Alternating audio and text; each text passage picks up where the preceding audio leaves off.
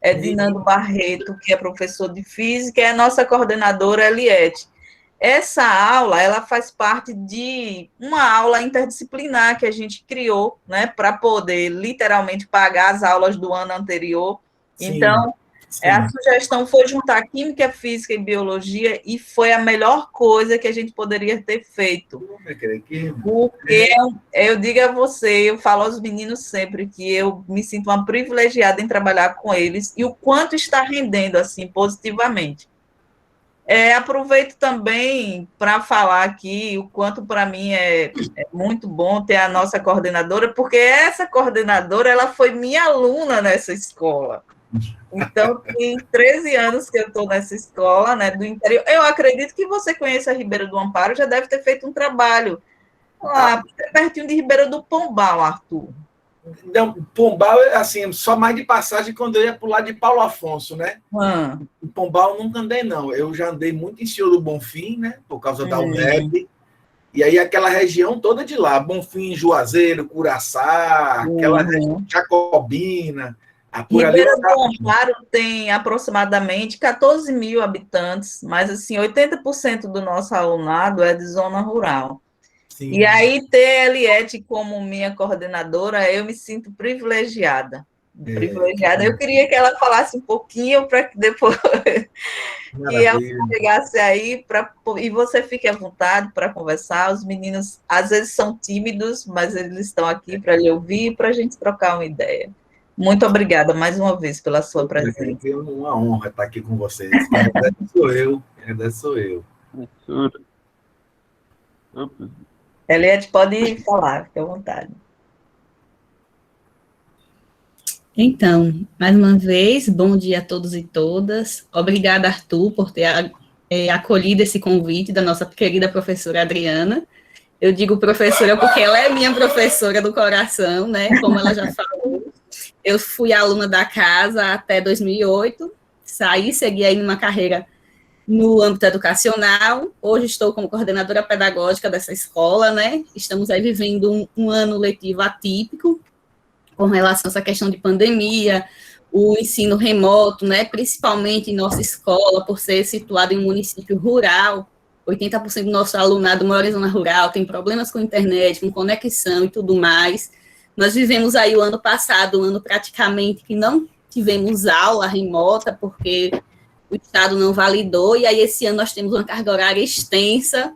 Quando chegamos na jornada pedagógica, a gente se deparou com essa problemática, e aí, para tentar amenizar os impactos do ano letivo do ano 2020 e 2021, com a carga horária extensa, a gente propôs esses momentos de atividade curricular complementar e interdisciplinar, né? E esses professores maravilhosos abraçaram essa causa, né? Fizeram um planejamento muito bem feito, fizemos a divulgação, os alunos estão participando e amando. E esse momento com você, ele faz toda a diferença, né? Porque, de certa forma, a gente falar sobre determinada temática é importante, mas quando você tem alguém com uma formação mais aprofundada nessa temática, com pesquisa e tudo mais, isso vem fortalecer grandemente, né? A gente só tem gratidão, estamos aqui para lhe ouvir, tirar dúvidas e tudo mais.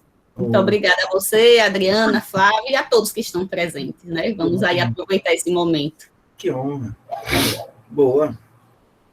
Eu acabei de imprimir aqui, né? O meu QR Code da vacinação. Assim que acabou de entrar na lista ontem. Assim que eu sair daqui, eu vou lá para a fila para poder tomar essa vacina. Mas vamos lá. A proposta aqui era a gente falar sobre a divulgação, né, da ciência no Brasil, essa questão da formação, a importância da ciência no Brasil. Eu sei, né, das dificuldades, porque eu trabalho em duas universidades, uma pública e uma privada. A UNEB, né, a nossa UNEB, e a Escola Baiana de Medicina, que apesar de ser particular, é uma fundação, né? Mas na Escola Baiana de Medicina existe o pagamento de uma mensalidade, e aí as pessoas têm um poder aquisitivo que supre ali, muitos são fiéis, inclusive, né? Mas a nossa UNEB agora que realmente também houve retorno, porque quando surgiu a pandemia, brotaram, né, dentro da nossa situação educacional no Brasil, que já vinha passando por alguns momentos já difíceis, mas aí ela fez explodir realmente algumas grandes lacunas, que era a acessibilidade à informação, né? Eu já andei muito na zona rural desde quando era estudante de biologia. E, assim, sei de perto muito bem quais são as verdadeiras, assim, dificuldades. Mas eu acho que essas dificuldades, por outro lado, nos fizeram, e ainda existem muitas, elas abriram portas.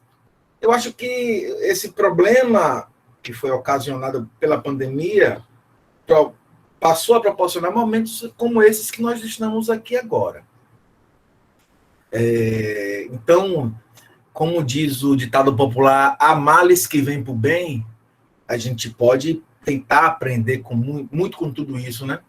Dizem que com essa história da pandemia, a gente está vivendo um grande laboratório, né? Dentro das questões das humanidades. Nós estamos fazendo parte da história. A Adriana deve se lembrar, né? Na época a gente estava falando lá um pouco sobre ecologia médica e tal. A grande pandemia falada no mundo mais recente tinha sido a gripe espanhola há 100 anos atrás. E quando a gente lia sobre gripe espanhola, e às vezes via os relatos de algumas pessoas mais velhas, né, que ainda chegaram a vivenciar esse momento, a gente ficava, não tinha dimensão. A gente não tinha dimensão do que foi a gripe espanhola há 100 anos atrás. Mas nós aqui não. A gente agora está vivendo esse momento, passando por muita dificuldade, mas é na dificuldade que muitas vezes a gente aprende mais.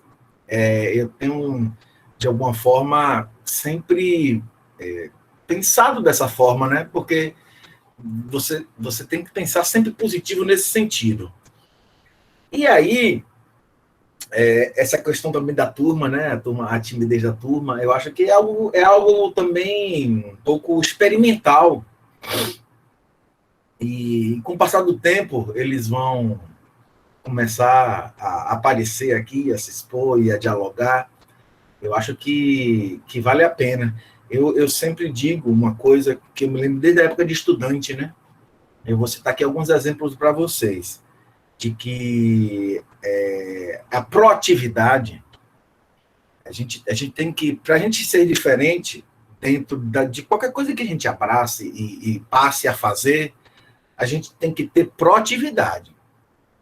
Nunca ser 100% passivo, né? Você tem que ser ativo.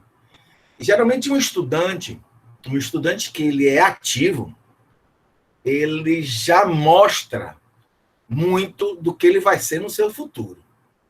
Então, a gente nunca pode deixar que a vida torne para sempre, para nós, uma passividade. Vocês estão vendo aqui iniciativas como essas brilhantes, e eu já parabenizo vocês. Isso precisa ser até difundido, né, divulgado. Certamente estão acontecendo aqui grandes diálogos, né, e troca de experiência, trocas de experiências que podem servir de sei lá, de inspiração, né, de aprendizado, claro, aprendizado sempre. Tudo tem a ver com o aprendizado da gente, mas quem sabe servir de inspiração e servir de mostrar alguns caminhos, né, para se seguir. A gente sabe que, dependendo de certas situações, as dificuldades são maiores. Eu não tenho dúvida disso. São maiores, mas não são invencíveis, né? Isso só vai depender mais ainda de dedicação e de trabalho, porque em cima disso as portas vão se abrir. Eu não tenho dúvida que as portas se abrem, né? E aí eu gostaria de começar com vocês a falar de um exemplo.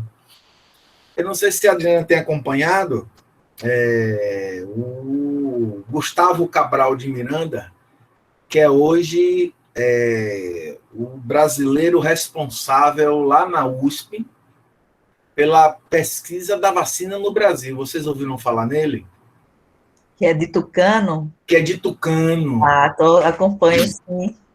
É incrível. Que é de Tucano. Uhum. Então, deixa eu contar para vocês assim, eu acho que esse é um bom exemplo para a gente começar a falar sobre a questão da divulgação científica no Brasil. Perfeito. E falar de uma pessoa que, de alguma forma, tem como base a origem, né? A origem desse grande grupo aqui presente, muito das origens desse grande grupo, e que pode, de alguma forma, mostrar um pouco desses caminhos. Tá?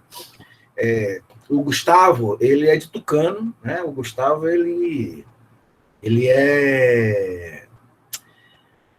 era vendedor de frutas na feira. O Gustavo, depois, ao crescer um pouco mais, mas ainda adolescente, né? Foi trabalhar com açougue, né? De vender carne. Mas ele tinha um objetivo, ele tinha uma vontade, né, própria de crescer na vida. E, na época, ele, muito sabiamente, vislumbrou de que seria pelo caminho da educação o caminho mais possível de evoluir, né? Evoluir no sentido pessoal, de conhecimento, e evoluir no quesito financeiro. Gustavo agora acabou de comprar um sítio lá em São Paulo, levou a família dele toda para lá, tá nas zonas climáticas lá mais friozinha de São Paulo, mas isso agora perto dos seus 40 anos, né, depois de muito trabalho. Mas o Gustavo, ele tinha realmente um poder aquisitivo muito baixo, mas nunca desistiu. E uma certa vez ele pediu que os pais dele pagassem um ano, né, de escola particular. Não que a escola pública não tenha a sua importância, porque esse momento que a gente está vendo aqui, a gente está percebendo qual a importância dela dentro desse quesito. Não existe uma diferença entre essas relações, vai depender muito de nós, né? O aprendizado da gente depende muito de nós, inclusive. Tem os professores que são fundamentais para nos mostrar os caminhos, mas aí eu volto àquela questão da passividade, né? Se a gente ficar o tempo todo não também sendo ativo no processo, nas metodologias que vão servir para o nosso aprendizado, é difícil, às vezes, a gente caminhar nesse sentido. E aí o Gustavo, ele acabou conseguindo, né? Foi fazer vestibular, porque ele disse que um dia queria ser cientista, né? Ele tinha vontade de ser cientista. Já era da vontade dele. Eu não sei qual é a vontade que cada um de vocês tem aqui, né? São pessoas tão novas. E é importante que a gente se descubra. Que a gente se descubra dentro das nossas aptidões. Vamos em busca disso, né? É pelas ciências biológicas, é pela química, é pela física, é pelas exatas, né? É pela área da informática, é pela área das artes. Primeiro a gente precisa se descobrir. Ele já tinha, né, se descoberto, porque inclusive ele teve professores lá em Tucano que ajudaram ele um pouco nesse caminho. Por coincidência, um dos professores dele, Tucano, foi Hélio Maia, que na época estagiou comigo na Fiocruz como iniciação científica, né? Então ele teve professores lá em Tucano que também foram fonte de inspiração. E eu acho que os professores, ele têm esse papel, né? Tem professor... Os professores, eles são muito diferentes, né? Eles são diversos, eles têm diferentes formas de lidar com as questões, e a gente tem que aprender a ver com cada professor aquilo que de melhor ele pode oferecer para a gente, né? Pode ser que ele tenha até uma didática ruim, tudo bem, sendo ruim, para a gente vai ser um aprendizado, porque aquilo para mim, se eu fui crítico a dizer que aquilo está ruim, tudo bem, né? Um direito nosso que a gente tem.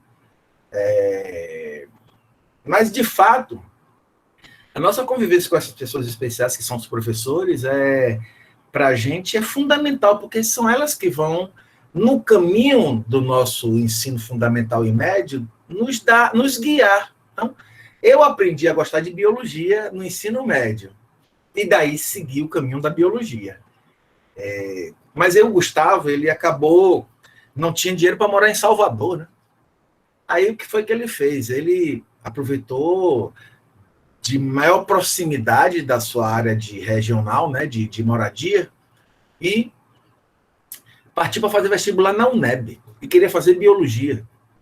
E ele foi para a UNEB de Senhor do Bonfim. Conseguiu, né, passar no vestibular, na época, e lá também passou alguns apertos, morava na residência, né, estudantil, e ele era um rapaz que, na época, inclusive, olha, tinha gastrite forte, porque ele era muito obstinado, né? Às vezes era tanto estudo, era tanta coisa que aquilo, às vezes, desequilibrava um pouco as questões fisiológicas do organismo dele, né? Mas aí, uma certa vez, ele chegou assim e disse assim, a gente estava no NEB, né? Hoje eu não estou mais no NEB de Bonfim. Eu estou agora como professor aqui na UNEB de Salvador. Eu trabalho aqui com curso de medicina, né, na UNEB de Salvador. Eu nem me apresentei para vocês, né? Mas deixa eu terminar a história do Gustavo, para essa questão da ciência e da origem, para a gente voltar um pouco nesse outro lado. E aí ele chegou e fez, olha, Arthur, eu estou querendo trabalhar com pesquisa. Eu digo, você quer trabalhar com pesquisa, Gustavo? Olha, as situações aqui de base, né? A gente tinha um laboratóriozinho arrumadinho de parasitologia, né? Que estuda essa parte de verminosa. Eu digo, olha, você topa mesmo? Eu digo, topa, Arthur. Eu digo, então vamos fazer o seguinte, bora fazer um trabalho aqui numa área que eu acho que está precisando. O Ricardo está perguntando aqui, né? O Gustavo, eu sou biólogo. E Gustavo também é biólogo, né? Eu digo, bora fazer um trabalho no lixão. Ele topou na hora, né? E aí a gente foi pro lixão de Senhor do Bonfim e foi examinar todas as pessoas que moravam lá no lixão. A gente encontrava coisa, tinha gente grávida, mulher grávida, catando lixo no lixão para sobrevivência. A gente examinou essa mulher, eu me lembro que na época ela estava com esquistossomose, inclusive. Eu não sei se vocês já ouviram falar na barriga d'água, né? Por aí, eu acho que não é uma área muito endêmica, não, mas nessa região aí, vira e mexe, a gente ouve falar de alguns casos, principalmente mais para baixo aqui, né? Alagoinhas e um pouco mais em cima. Mas aí na região de Ribeira, agora não, Arthur, mas muitos casos, já tiveram muitos casos. Pais de alunos, avós, já relataram muito. Aí, a turma está relatando. Agora, se for o caso, dá um tempo a gente falar um pouco sobre a osteossomose. Ou então fica, viu, Adriana, um outro momento para a gente fazer assim, um aulão de parasitologia. Ah, maravilha. Aí o que aconteceu? A gente foi trabalhando no lixão, e assim, era um cara que estava ali em cima o tempo todo, Arthur, eu quero fazer isso, e ativo, né? Ao contrário de muitos estudantes que hoje eu presencio e que tenho, né?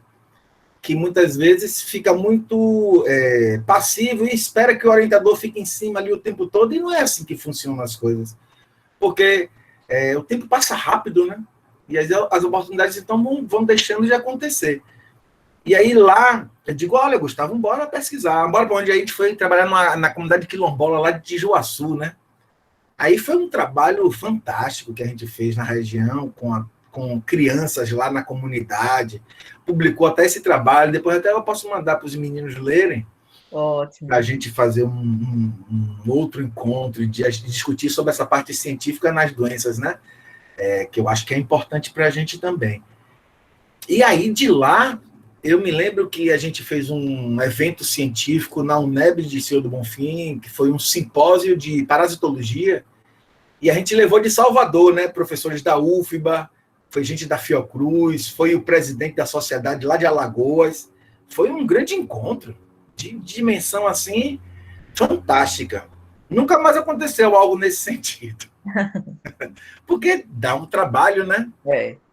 Mas, ao mesmo tempo, é prazeroso. E, nesse momento, aí ele não perdeu a oportunidade de fazer um contato com uma professora da UFBA em Salvador, porque Senhor do Bonfim ficou pequeno, né? Tinha que vir para um centro de estudo mais equipado. E aí, assim que terminou o curso, veio para fazer o mestrado na UFBA. E na UFBA, ele já se articulou com gente na USP em São Paulo. Pensava grande, viu? Tem que pensar grande, poxa. Eu me lembro um amigo paraense que dizia assim, olha, Arthur, você tem que pensar 100%, porque se você conseguir 50%, já é meio caminho andado. Excelente. Filosofia, tá lá. Aí, pronto, ele foi para USP, e aí na USP ele fez, agora eu quero ir para o exterior. E aí da USP ele foi para Oxford, né, na Inglaterra, que é a maior, ou uma das 3 maiores instituições de ensino e pesquisa do mundo, né, que é Oxford, que fica em Londres. E ali já foi para a Suíça, já foi para Portugal, e decidiu retornar para o Brasil. O pessoal diz assim, você é louco, como é que você quer voltar para o Brasil? Ele fez, não, eu quero voltar para o Brasil. Largou tudo lá, imagine, Adriana, laboratório suíço, laboratório inglês e tal, e o cara fez, não, eu quero voltar para o Brasil. Aí o pessoal achou ele maluco, né? Disse, não, eu quero. Aí quando chegou cá, pronto, aí, diante da bagagem, né? Ele trabalhava com a parte de imunologia e vacinas, foi então pela FAPESP, né, em São Paulo, pela Fundação de Amparo à Pesquisa, ele foi então contratado para exercer o papel da pessoa que está pesquisando a vacina, né, baseada nos princípios de Oxford, né, essa parte de vetor viral. Ele está trabalhando então no Brasil agora, e então ele conseguiu ter essa visibilidade, né, visibilidade nacional e internacional, e agora praticamente já sedimentou o caminho dele, e agora vai administrar isso de uma forma muito, muito saudável, né, muito clara e sempre ético. É um cara extremamente ético, né? Às vezes é impulsivo, às vezes é impossível.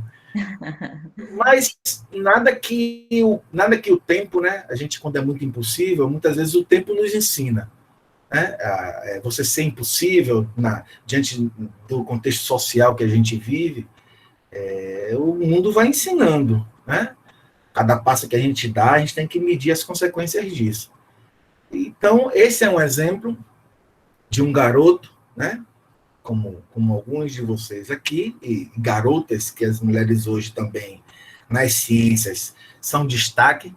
Deixa eu dar um outro exemplo para você, é a Jaqueline Góes. Eu não sei se você foi a que fez o sequenciamento do primeiro caso do coronavírus no Brasil, a Jaqueline. Isso. A Jaqueline foi aluna minha da Baiana. Olha aí. A Jaqueline é de origem humilde também, viu? Os pais ralaram. Ela mora aqui em Salvador, não sei quem, alguém talvez não conheça, mas um bairro, né, de classe média, mais baixo um pouco, que é a Vasco da Gama ali. Então, é de origem pobre. Diante do que a gente acha no contexto, eu estou falando questão financeira, viu? Porque mentalmente e conscientemente é uma pessoa fantástica. Eu aproveito, Arthur, esse momento que você traz a história. Duas histórias interessantes. Quando eu cheguei no primeiro ano no colégio, que eu comecei a falar para os meninos sobre a universidade, eles olhavam para mim, eles iam dizer, a senhora é maluca, aqui ninguém nunca vai chegar nesse lugar. E isso mexia muito comigo, né? Aí a gente sabe que tem uma questão de autoestima mesmo, né? De não acreditar, mas que também o próprio ambiente diz isso para o aluno e para a aluna: você não vai alcançar, você não vai alcançar. Tem o contexto familiar e tem a questão socioeconômica também, né, que são barreiras, na realidade. Sim. Mas uma coisa que eu sempre falei para eles, que eles precisam acreditar, porque o potencial é incrível, é isso que você acabou de dizer. Eles têm um potencial incrível. precisam acreditar mais, né? E uma coisa que você falou, que eu também acredito, é que sempre uma porta vai se abrir, uma janela vai se abrir, né? E que a gente precisa agarrar as oportunidades, mas que a gente precisa realmente ser ativo, né? Precisa, A precisa. gente precisa. Mais Isso é ainda, né? fundamental. Diante de algumas Isso, dificuldades, né, que a gente tem. Mas assim, exatamente, você sabe que muitas vezes nas dificuldades é que a gente tem as grandes ideias, verdade. não é? É, Muitas vezes a nossa dificuldade traz ideias. Eu digo, poxa, como é que eu poderia suprir aqui essa dificuldade nesse contexto? Daí surgem as grandes ideias, né? Não é à toa que você pega países, né, como o Japão, uma ilhazinha pequenininha ali, gente pra caramba, e cheia de dificuldades, de problemas de terremoto, e problemas de superpopulação.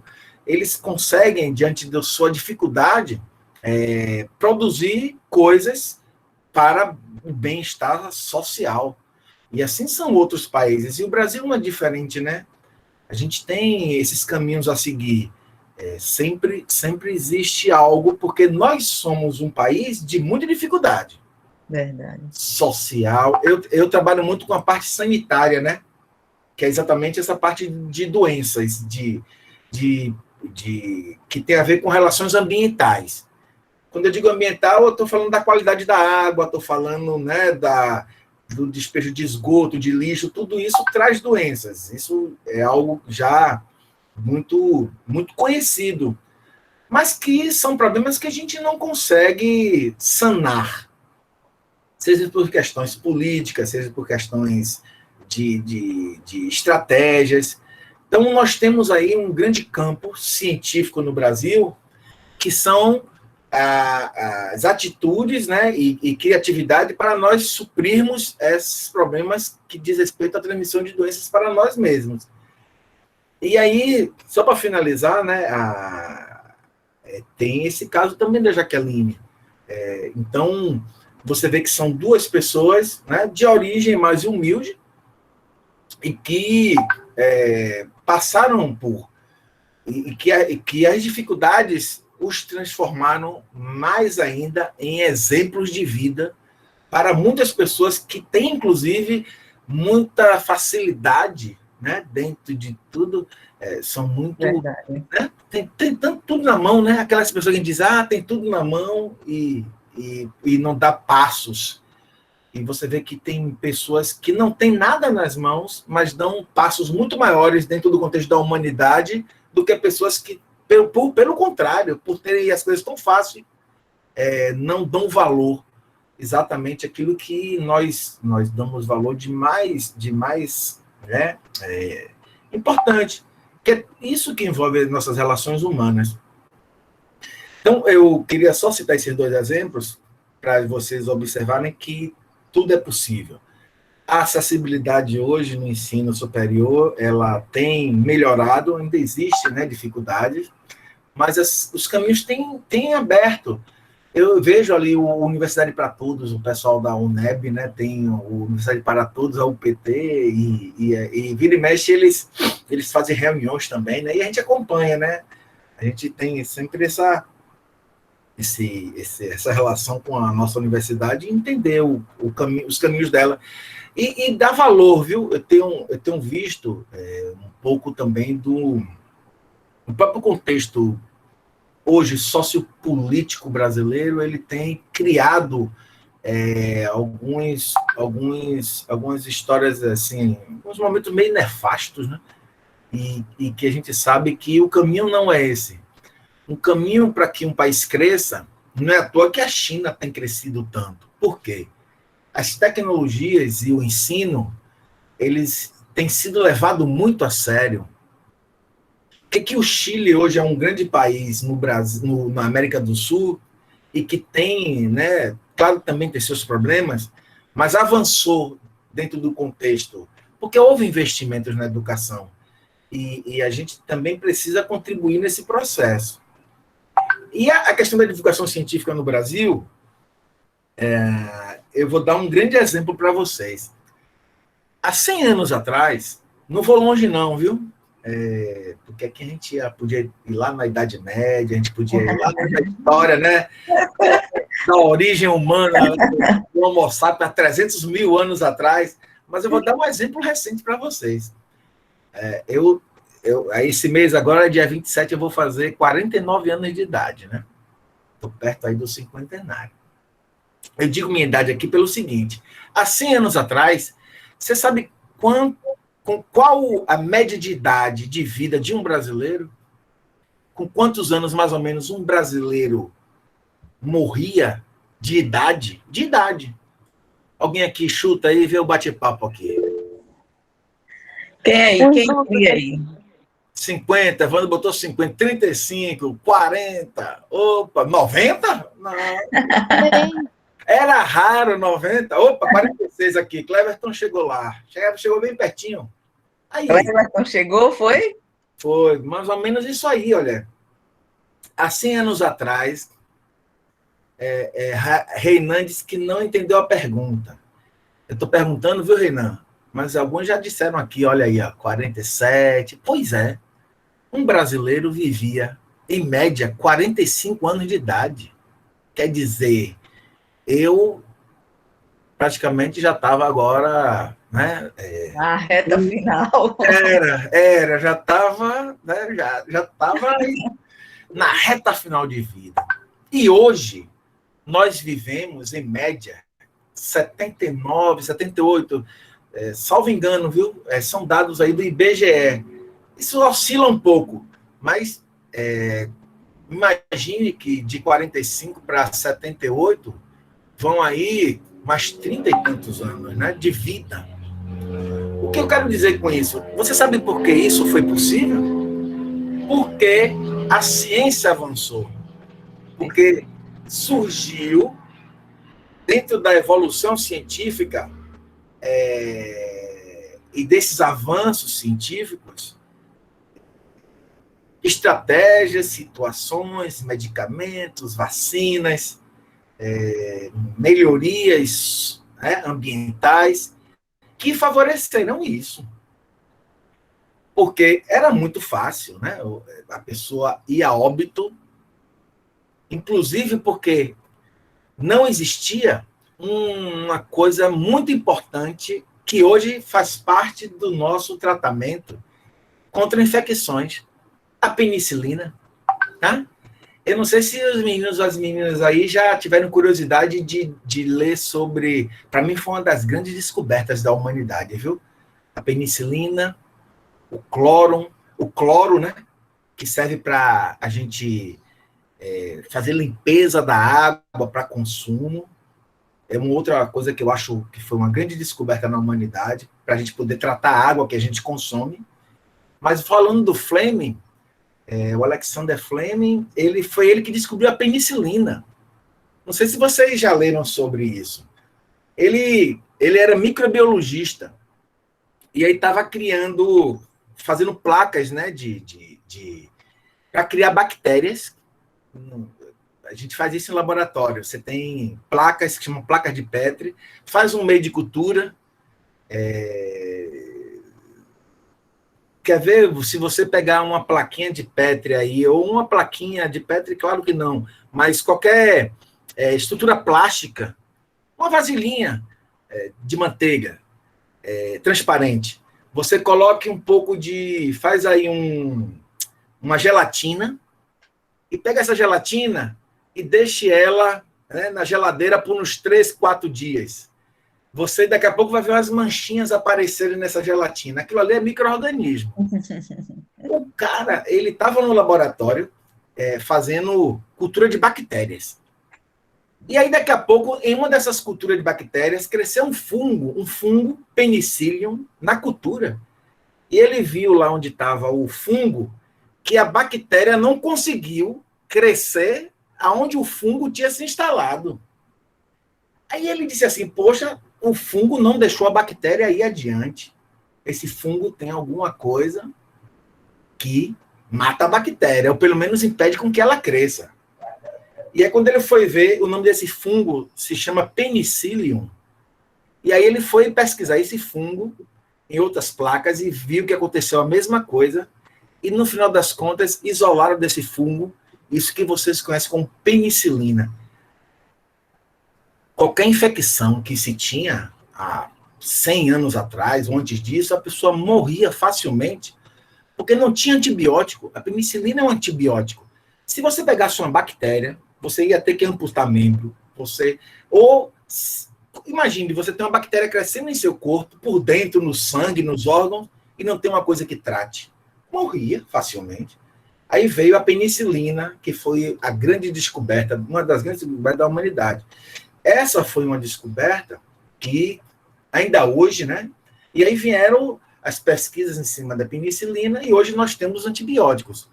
Precisamos ter cuidado, porque já existem agora bactérias super resistentes, né, a esses antibióticos que estão aí presentes. Mas esse é um grande exemplo de uma descoberta científica que trouxe toda uma mudança na sobrevida dos seres humanos. Esse é um grande exemplo. Existem inúmeros outros exemplos que eu poderia citar para vocês. Isso fez com que a gente tratasse nossas infecções. Tratava a infecção, porque as doenças matavam, né? Você tinha uma doença na Idade Média como a peste bubônica, que matou 1/3 da população da Europa. Imagine, você pega a Europa e 1/3 das pessoas morrem por causa de uma doença, que era uma bactéria.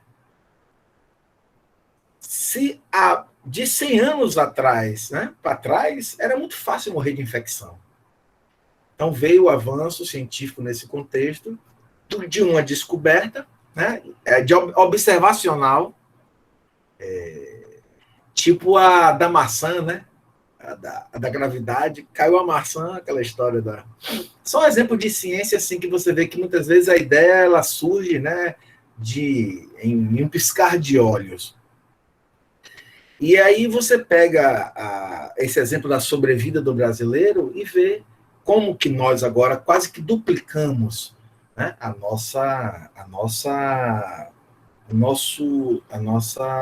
período de vida, né, a nossa idade em si, de vivência, de vida. E a vacina, né, se fala tanto em vacinas agora, eu não sei se vocês sabem a história da primeira vacina, né? Foi uma coisa meio antiética. Foi o Jenner, para pesquisar a vacina, ele era... A época era... Como é que chama? A doença era... A varíola. Varíola, olha. Isso. A gente teve uma aula, né, uma técnica que eu fiz em biologia, e a gente falou sobre isso. E você falou algo interessante aí da questão ética, porque os meninos ficaram chocados. E contaram para eles, não foi? Contaram... A gente contou. Pois é. Isso também avançou, viu? Isso tem avançado. Isso. Aí, Arthur, aproveitando o que você está colocando aí, essa pergunta é minha para você. Como é para você encarar, né, uma situação em que a vacina ela é tão fundamental, né? Por exemplo, eu já dei aula isso há alguns anos, falando sobre os grupos antivacinas no Brasil, que eram minoria. Só que na minha cabeça isso era tão distante de tomar uma proporção maior, que eu explicava e, assim, de uma certa forma, eu ria, brincava com a situação, que eu falava, olha, e sempre mostrava exemplos de alguém que tinha sido antivacina e depois tinha sido contaminado. Para você, como é observar esses grupos, né? Pensando no Brasil, né? No mundo não, que a gente sabe que é algo muito maior, proporção muito maior. Mas como pensar, né? A gente vive um momento de negacionismo científico muito, muito evidente. Mas como é para você ver, ouvir as pessoas falando, né, de forma negativa da vacina, sabendo que é o que tem salvado, né, uma parte da população? Se a gente observar agora, eu estava olhando os dados que o número de idosos internados caíram após o processo de vacinação, mas para você, qual o sentimento? Na realidade, eu pergunto isso, qual o sentimento de perceber esses negacionistas? Retrocesso, né? Um sentimento dentro do contexto irracional. É um retrocesso irracional, né? Porque gente que, né, que lidar com essas coisas no cotidiano, a gente fica um pouco perplexo, né? E eu acho que um outro lado, que eu acho que a gente também precisa atentar, é para o lado social, porque quando você é negacionista e você não se protege, ao mesmo tempo que você não não se protege, você não está protegendo o outro. Porque no momento em que você se imuniza ou vai se proteger, você também está protegendo outra pessoa. Por isso que se chama, né? Você tem uma coisa que chama de proteção de rebanho. Uma pessoa se vacinou, ela não vai pegar ou vai pegar a doença de forma mais branda. Isso. Que pode diminuir o risco de transmitir para outras pessoas. Não vai findar o risco, né? Pelo menos com o coronavírus. Tem outras doenças que não, viu? Você pega aí, né? Catapora, sarampo, rubéola. Imunizam, você não pega a doença e não passa para ninguém. O corona, como é muito novo, coronavírus, ainda tem isso, né? Você pode se vacinar e ter ainda a doença. Vai lhe proteger para não ser mais grave, como a Adriana falou, que os idosos deixaram de se hospitalizar, porque eram casos mais graves, e agora as coisas estão voltando um pouco mais jovens, né? Verdade, verdade. O negacionismo é um retrocesso que a gente precisa eliminar, e isso acho que esse papel que você está orquestrando aqui com a gente, eu acho que faz parte dessa vontade, né? De esclarecer as pessoas de como que a gente realmente precisa atuar em como sociedade. Eu acho que isso é fundamental, isso que você levantou também. Eu acho terrível. A política no Brasil hoje ela tá um pouco doentia, as pessoas estão muito mais falando do que... Chama-se de... Chama-se de... tem um comportamento... chama de... Como é que é? Espera aí que eu te lembro o nome. É uma coisa que está acontecendo agora na sociedade, que é o seguinte. Gente que... Síndrome de... Espera que eu vou te dizer aqui o nome disso. Eu não sei se você ouviu falar. Síndrome de... síndrome... Eu vou lembrar aqui.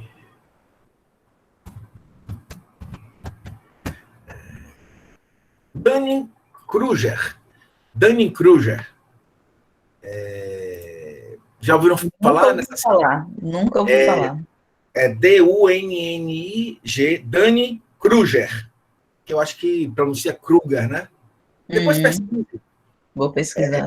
O que acontece? Pessoas que acham que sabem mais do que pessoas que estudam aqueles assuntos. Verdade. E as redes sociais hoje estão trazendo um pouco desse contexto, né?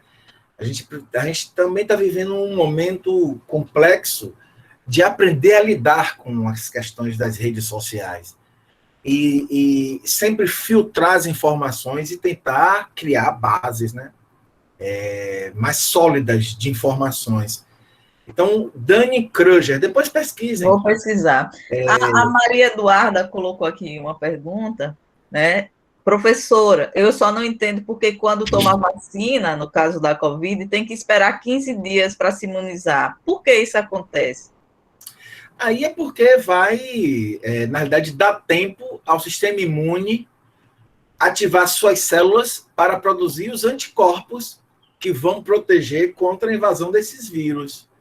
Então, a gente tem células, né? A gente tem as células... A gente tem chamado de linfócitos, né? Que são chamadas de células brancas. Os linfócitos, eles precisam ser informados para que eles produzam as imunoglobulinas, que são os anticorpos que vão proteger as células novas de serem invadidas pelos vírus. Isso. E isso é um tempo que se dá, né? Produção de anticorpos. É uma área fantástica também, né? Leiam sobre isso. Tem muito hoje, né? Hoje está a Imuno. Alguém aqui perguntou, Adriana, um pouco da minha história, né? Isso, é importante. É importante para ele. Vamos lá. Eu me lembro Eu sempre gostei de biologia, mas mais ainda foi no ensino médio. E aí foi um pouco disso que eu comecei o bate-papo com vocês. Quais são nossas aptidões, né? Quais são os nossos anseios? O que é que eu tenho vontade de estudar? O que é que eu tenho vontade de fazer? Qual é a minha habilidade, né? Aonde é que eu me encontro? Aonde é que eu sou mais feliz?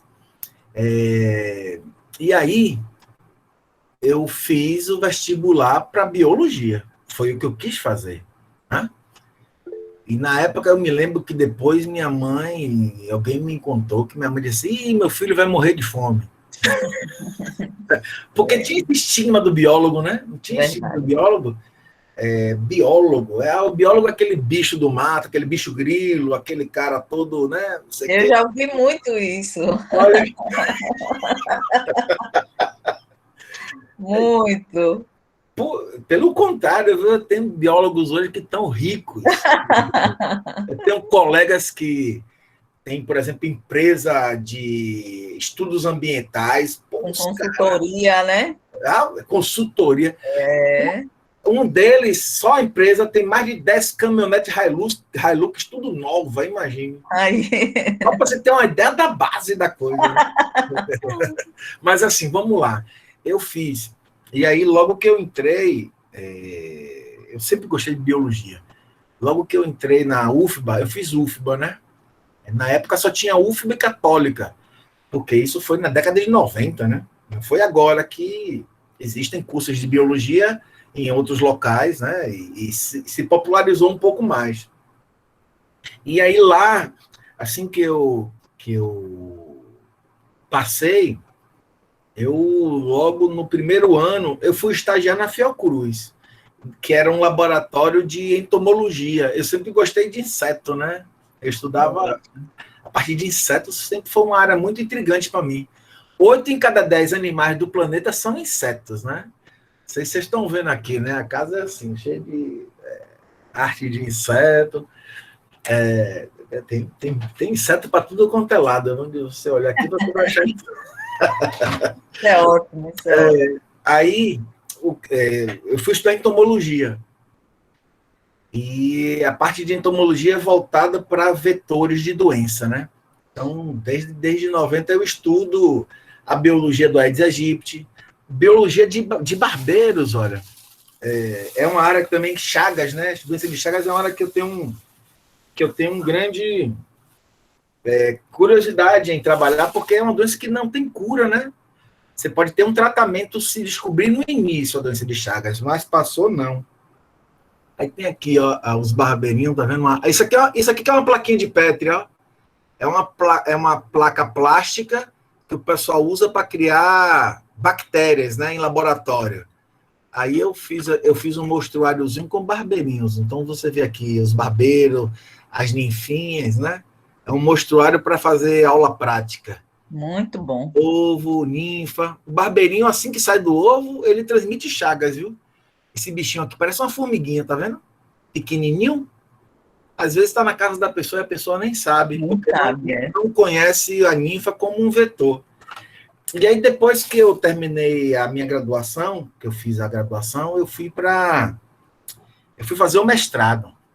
Mas como eu gostava de inseto e doença, aí o melhor lugar que eu achei para poder aprender mais foi a Amazônia. Aí eu fui morar no estado do Amazonas, né? Que privilégio. Manaus. Passei 2 anos em Manaus, na Amazônia, lá, e subia, descer aquele rio Amazonas, ia para o meio do mato, subia, descia. Não perdi uma oportunidade, né? Quase que eu virei amazonense, viu? Os meus colegas todos ficaram por lá. Na realidade, eu já estava indo para trabalhar nas fronteiras com as Guianas, lá em Roraima, né? Aí longe demais, eu digo, Ave Maria. Eu sou baiano, né? Soteropolitano de nascimento. E a Bahia é um estado, vocês sabem que é um estado que não tem igual no Brasil, né? Eu amo minha Bahia. Aí eu digo, aqui está muito longe, eu vou voltar. E aí nessa interface, eu tinha até passado já no doutorado lá, né? Eu não sei se vocês sabem, né? A gente faz a graduação, da graduação você pode fazer uma pós lato sensu, que é a especialização, que é mais curtinha, ou você vai fazer um mestrado, que é o mestrado, é um estudo mais amplo, né? Que tem outros propósitos.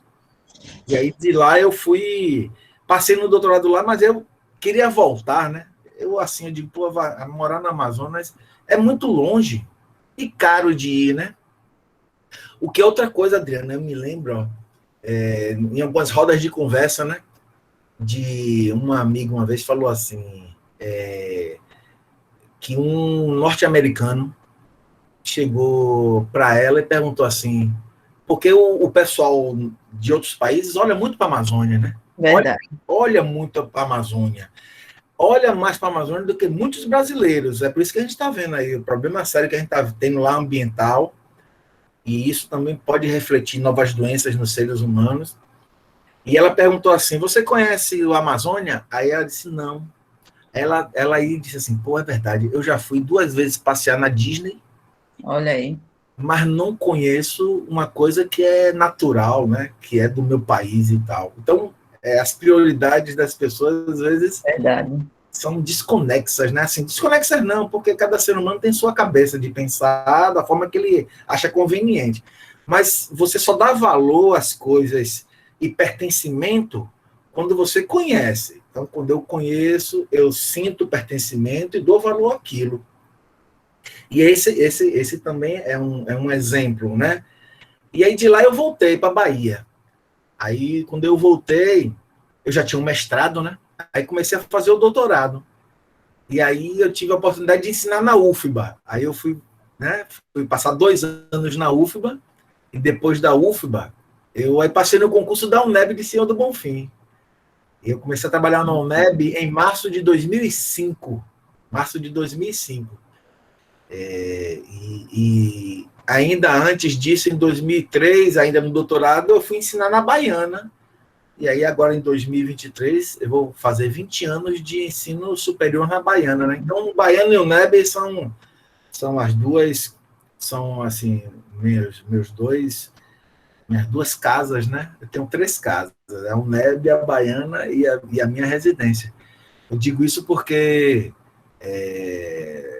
estar na universidade, inclusive universidade como a própria UNEB, a Baiana se destaca também, viu, Adriana? A Baiana é uma fundação, mas é uma fundação que a reitora, ela é psiquiatra, né? Então, ela traz muito para a Baiana o tema formação de professor, bem-estar humano. Isso é fundamental. Entendeu? Ela está sempre dentro das questões.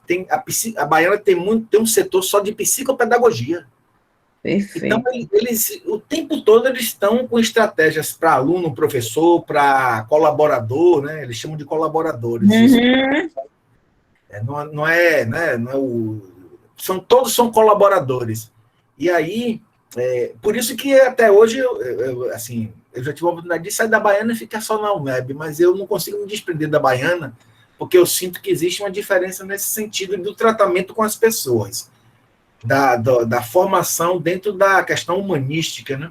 Que a gente precisa tanto discutir e trazer para as nossas áreas, né? É necessário. Exatamente. Né? E seja ações mais humanas mesmo, humanizada mesmo. Isso. E é fundamental. E é muito bom saber porque muitas vezes a ideia que a gente tem de instituições privadas é que não cuida dessa parte, desse aspecto, né? Isso, que só visa, é fundamental. Que só visa o lucro, né? Exatamente. Não. Tem aqui várias perguntas, mas eu vou abrir primeiro aqui para Edinando, que é o professor de física, e depois eu vou olhando aqui, porque a gente tem 14 minutinhos para encerrar. Tá. Então, Nando, fique à vontade. Vamos abrir o diálogo. Bom dia a todos, né, a todas, em principal ao doutor Arthur, né, que está hoje aqui, né, dando essa alegria a gente, né, estou gostando bastante, né. Que honra. E eu tenho uma coisa para falar rapidinho e uma pergunta, né, acho que a gente é professor, né, mas se eu puder fazer uma pergunta, eu agradeceria. Como tá, que é essa relação, essa comunicação entre a sociedade, tá, e a universidade, já que em muitos casos, né, em alguns lugares, né, é muito distante, né? Tipo, tem a universidade, que é o centro do saber, né? é a população que fica, entre aspas, tá, excluída, tá, disso. Eu gostaria de saber, pelo menos, né, onde o senhor trabalha, que o senhor é professor, né, como é que é essa comunicação. E falando a respeito, né, dos seus relatos, eu até, né, acabei lembrando, né, da minha própria história, né, que também eu sou da família muito humilde, enfim, só consegui me formar porque foi universidade pública, porque tinha bolsa, enfim, né, mas é isso. Isso. E muito obrigado. Só rapidinho, Nando é sergipano. Nando. Como é o nome da sua cidade, Nando? Campo do Brito, da minha mãe, Campo do Brito. Fica perto de Itabaiana. Itabaiana, isso. Eu sempre morei em Itabaiana, mas minha cidade mesmo de origem é Campo do Brito. Sim, sim.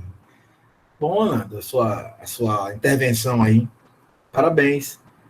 Primeiro pela trajetória. Sim,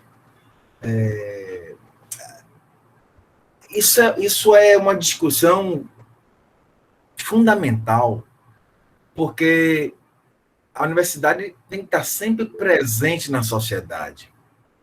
Muitas vezes a sociedade não tem ideia das coisas que acontecem dentro da universidade, e por isso, e é disso que agora alguns movimentos políticos estão se aproveitando para enfraquecer a estrutura universitária, né, sucatear a universidade, para tentar enfraquecer, porque é nas universidades que saem as cabeças pensantes, e é dela, né, na grande maioria, claro. Tem outras situações que as pessoas também surgem dentro desse contexto, mas é nas universidades que a gente aprende mais a dialogar. O diálogo dentro das diferenças é na universidade, né? Você pode ter até grandes ideias, mas você precisa disso, sem dúvida. Muitas vezes, são inúmeros, olha, os trabalhos que tem, a UNEB, inclusive, fez um relatório sobre isso, de atividades extensionistas, para levar a universidade à comunidade. Eu me lembro, na época de Bonfim, a gente fazia muita atividade extensionista. Deixa eu dar um exemplo para vocês. Lá, a gente tinha, junto com o diretor, a gente fazia curso para as comunidades dentro da universidade. E aí pegava um ônibus, fretava, os meninos mesmo da comunidade quilombola passavam lá com a gente, passaram 2 dias na UNEB, no laboratório, estudando, vendo bicho, vendo protozoário, vendo... Isso do ensino médio, viu? Não era já universitário, não. Já para tentar despertar nessas pessoas, quem sabe, olha, esse caminho é legal, eu queria estudar isso aqui. Mas nos últimos tempos, realmente, a gente tem sentido um pouco o afastamento da sociedade perante a universidade, diante desse movimento político de enfraquecimento. Vide os últimos ministros, que eu até outro dia desse brinquei, assim, entre aspas, dizendo, eu não sei o nome nem do ministro da Educação atual. Eu não sei. Não sei. Lembro de Weintraub, que foi terrível, porque dizia que a universidade era o lugar de plantar maconha e fabricar metanfetamina. Então, um cara, ministro da Educação, larga um negócio desse na sociedade, lhe digo que eu não consigo raciocinar nesse sentido, não. É surreal. Mas o que tem hoje dentro do contexto existe, sim. Aliás, olha, eu vou logo aqui deixando assim mais claro. A parte de formação de ensino superior, de pesquisa, né? Das grandes coisas que acontecem no Brasil, vem da universidade, né? As universidades públicas é quem pesquisa vacina, é quem pesquisa novos fármacos. Aí depois vem as indústrias, acha aquilo interessante, aí capta aquela ideia e aí bota para frente, né? Que também é uma outra coisa importante de se discutir, mas isso é uma coisa prolongada. Mas eu sinto que, realmente, a gente precisa estar sempre atento nessa relação comunidade com universidade. Aqui em Salvador, fica comigo uma coleção de insetos, né? Tem mais de 40 mil insetos aqui no laboratório. E aí, vira e mexe, a gente convida crianças as comunidades locais para visitar a universidade e passar um dia comigo lá vendo insetos que as pessoas perguntam se é de verdade. Quando vê um besourinho lá maiorzinho, diz, isso aqui é de brinquedo ou é de verdade? Então você veja, uma coisa que a gente percebe é isso, as tecnologias muito hoje estão afastando as pessoas do conhecimento biológico dos seres. E desse contato maior mesmo com a natureza, né? O contato com a natureza, Adriano, está se perdendo. Eu acho que a gente tem que ter isso, a gente está se abrindo um abismo aí, porque o contato com a natureza, quando você não tem, você não dá o valor a ela, né? Verdade. Pensa que o oxigênio vem de um ar-condicionado do shopping center, e que não é assim a história. Mas eu compreendo a angústia de Nando aí nessa história, e é um diálogo sempre fundamental. Deixar sempre a universidade próxima da comunidade e vice-versa. Cada professor faz o seu papel nesse sentido. E tem sido feito movimentos, com muita luta, viu? Com muita luta, porque as situações muitas vezes não permitem, né? Não permitem. Vocês sabem uma coisa, ó, como eu vejo com os meninos da saúde, né? Ambientes onde tem muito tráfico de drogas. Você sabe que polícia é difícil entrar, mas ainda hoje, quem entra nessas comunidades é a universidade. Ainda existe um respeito de dizer assim, não, aí é os meninos da saúde. Aí você deixa passar. Não, aqui é a turma que vai fazer a pesquisa de tal coisa. Deixa passar. As universidades ainda têm uma porta aberta nas comunidades, principalmente as mais violentas. Mas existem, viu, muitos movimentos. Eu vejo dentro dos grupos, pelo menos os mais próximos, uma grande preocupação nesse sentido. Eu falei isso, né, porque eu fiquei muito triste, né, a receber uma notícia lá da Universidade Federal do Sergipe, né, a qual me formei, onde tinha um programa, né, de iniciação à docência, que a gente ficava indo em cidade, né, fazendo alguma apresentação. No nosso caso, a gente chamava de show da física, né, a gente fazia as coisas diferentes, e a galera pensava que era mágica, né, e não tinha nada de mágica, era bem divertido. Usava até a roupinha de palhaço, às vezes, só para brincar mesmo. E esse ano, né, foi cortada toda a verba, e me deixou muito triste porque muitos alunos que entraram na universidade, inclusive mandou mensagem para mim dizendo, eu entrei na universidade só porque eu vi vocês, eu gostei, entendeu? Eles nunca tinham visto um telescópio, eles nunca tinham visto a Lua de perto, outro planeta, a gente levamos também microscópio, enfim. Isso me deixou triste, né? E eu falei isso também porque eu gostaria de saber em outras universidades, né, como é meio restrito, né? Se também tem esse movimento, e também está sendo cortado essas verbas, que é muito triste. Está sendo cortado em todo lugar. Isso é o sucateamento. Está sendo cortado. Então está sendo mais boa vontade do que está levando mesmo no corpo e na alma, né? Sucateamento. E aí você vê fazendo de tudo para enfraquecer, né? Para desmotivar, não é? Exatamente. É dureza. A gente está passando um período bem difícil. Tem duas perguntas aqui, Arthur. Uma pergunta, deixa eu só colocar aqui no chat. Uma pergunta, deixa eu só olhar o nome para não esquecer.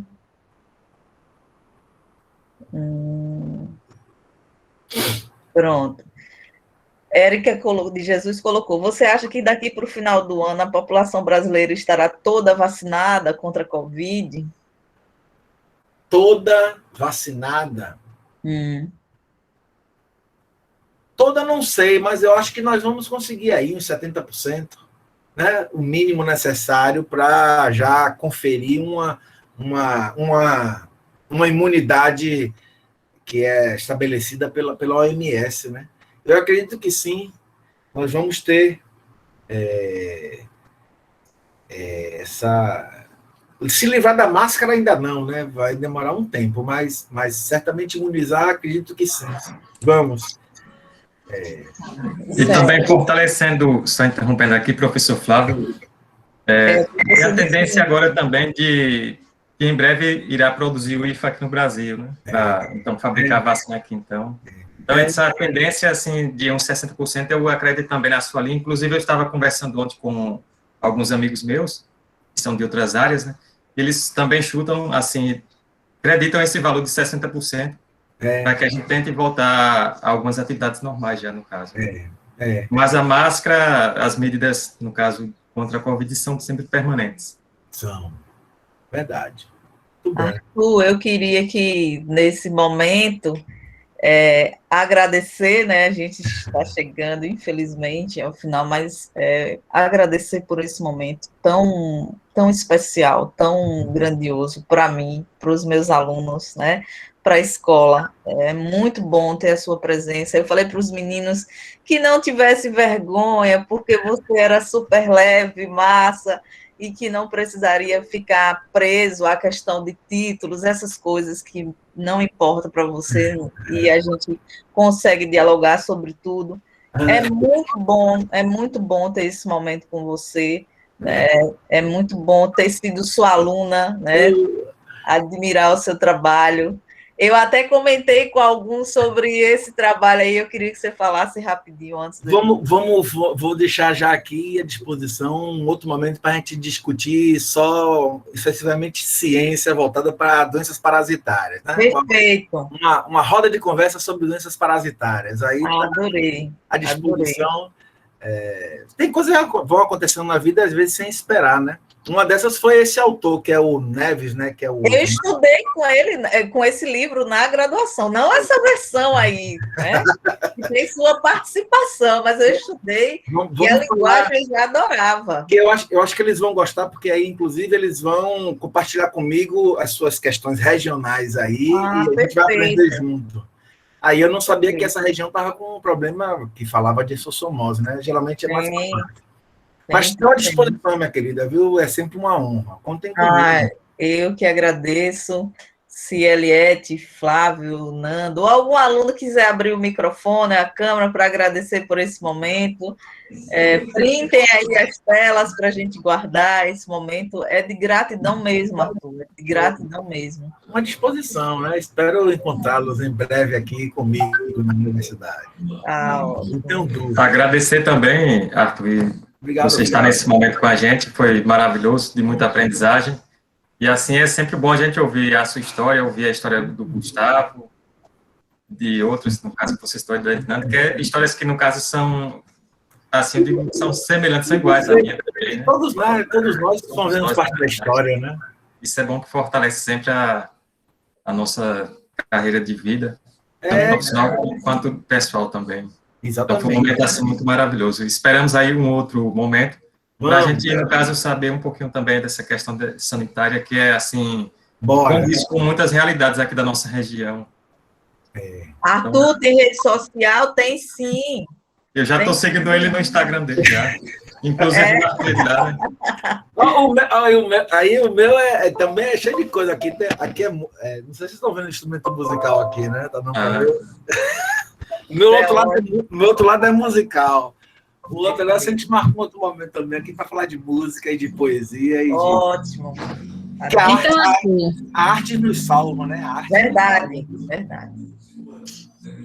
Então, Arthur, a gente do Colégio Estadual Josefa Soares de Oliveira, né, só temos a te agradecer por esse momento de diálogo, partilha, né, como diz os meninos, foi assim muito produtivo, além da questão de incentivo, a gente passar a acreditar ainda mais nas possibilidades, né, porque para além do conhecimento científico, a gente também precisa ser incentivado a buscar, né, nunca desistam de nada. Não. Isso, assim, eu não desisto, mas sofro muito com ansiedade, e tudo mais, e assim, essas palavras, elas tendem a nos fortalecer ainda mais. Gratidão. Sem dúvida. A única reclamação aqui, né, que eu tenho é porque foi muito rápido, né? Foi muito rápido. Os cavalos, mas muito obrigado, agradecer. Depois a gente marca outra conversa para falar da Amazônia brasileira, das vivências da Amazônia. Pronto, como o aluno falou aí, não é só os biólogos não, tá? Que gostam da Amazônia, tá? Outras pessoas também, tá? Tem vontade de fazer isso, né? Eu estudava física e assistia aula de zoologia, né? Que não tem nada a ver. Arthur, Olha aí. o biólogo tem potencial. Isso aí. Tá bom. Muito obrigada. Física e biologia. Muito obrigada. Beijão, Arthur. Beijo para vocês. Obrigada mesmo. Com Deus e à disposição. Amém. Obrigada. Tá, meu querido. Tchau, tchau. Tiraram a foto, gente? Tiraram fotos? Deixa eu printar aqui. Claro, veja aí, Adriana. Vou printar aqui esse momento. Eu printei aqui, espero que tenha tirado. Tchau, minha querida. A gente se fala. Obrigado Tá pelo bom, convite. obrigada. É. Beijo. Tchau, tchau.